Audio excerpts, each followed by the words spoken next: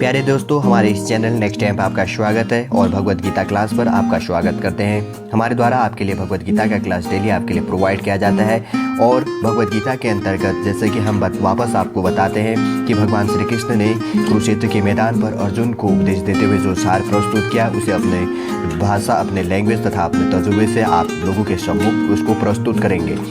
और यदि आपको हमारा चैनल अच्छा लगे, लाइक कीजिए, कमेंट कीजिए और कमेंट के माध्यम से आप हमें सजेशन भी प्रोवाइड कर सकते हैं। जैसे कि पिछले क्लास के अंतर्गत में हमने क्या जाना था कि जब दुर्योधन क्या करते हैं, अपनी सेनाओं का वर्णन करते हैं तथा उनके पराक्रम का वर्णन करते हैं। पराक्रम का वर्णन करने के बाद में भीष्म पितामह का भी वो क्या करते हैं, उल्लेख करते हैं और भीष्म पितामह की सुरक्षा करने का आग्रह क्या करते हैं, अपने सेनाओं से करते हैं। जैसे कि इस श्लोक के अंतर्गत पे हमने जाना।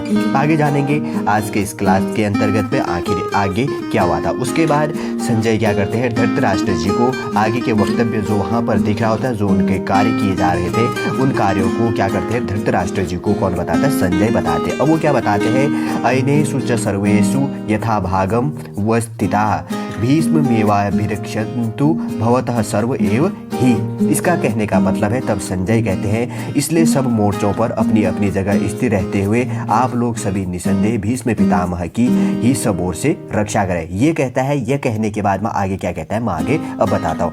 अब कहा जाता है, तस्य संजनयन हर्षम कुरुवृद्धः पितामह सिंहनादम विंध्योच्चे शंख ददमो प्रतापवान। क्या कहते हैं, कौरवों में वृद्ध बड़े प्रतापी भीष्म पितामह उसके बाद क्या करते हैं, भीष्म ने उस दुर्योधन के हृदय में हर्ष उत्पन्न करते हैं। जब भीष्म पितामह जैसे इस प्रकार की जो भावनाएं प्रकट की थी दुर्योधन ने, तो उससे क्या होते हैं, अपनी भावनाएं प्रकट करते हुए भीष्म पितामह ने क्या किया, उच्च स्वर में सिंह की दहाड़ के समान गरज कर क्या किया, शंख बजाया। क्या क्या, तदस्य संजन यनः हर्षम कुरुवृद्धः पितामह सिंह नादम विंध्यो चे शंख ददमो प्रतापवान।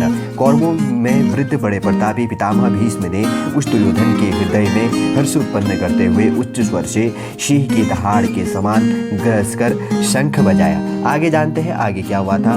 ततः शंखश्च भैर्यश्च पर्णवानक गोमुखाः सहसेवाभ्य हन्यन्त सशब्दस्तु मूलो भवतः। इसके पश्चात क्या होता है, शंख और नगारे तथा ढोल, मृदंग और नरसिंगे आदि बाजे एक साथ ही बजते। तब कौरव के अंतर्गत में जो कौरवों की सेना थी वहाँ पर क्या होता है, तस्य शंखश्च भैर्यश्च पर्णवानक गोमुखाः सहसेवाभ्यन्त सशब्दस्तु मूलो भवतः। इसके पश्चात क्या होता है, वहाँ पर शंख और नगारे तथा ढोल, मृदंग और नरसिंगे आदि बाजे एक साथ ही बज उठते हैं। उनका वह शब्द बड़ा क्या होता है, भयंकर होता है। जब एक साथ ऐसे बजेगा तो उस टाइम जो भी माहौल क्रिएट होगा कितना होगा, क्या होगा, एकदम भयंकर होगा। उसके बाद आगे क्या होता है, जब यह देखते हैं तो उसके बाद तत् श्वेतेर हे युक्ते महति स्यन्दने स्थितो माधव पांडवश्चैव दिव्यो शंखो प्रद्युम्नतु। इसके अंतर्गत पे क्या होता है, इसके अंतर्गत जब कौरवों के अंतर्गत पे कौरवों की सेना जब भीष्म पितामह शंख बजाते हैं, उसके पश्चात उनकी सेना तथा उनके जो भी अन्य लोग थे वो क्या करते हैं, अपने बाजे प्रस्तुत करते हैं। तो उसके बाद में क्या करते हैं, इसके अंतर्गत पर सफ़ेद घोड़े से युक्त रथ में बैठे हुए श्री कृष्ण, ठीक है, भगवान श्री कृष्ण क्या थे, अर्जुन के सारथी थे।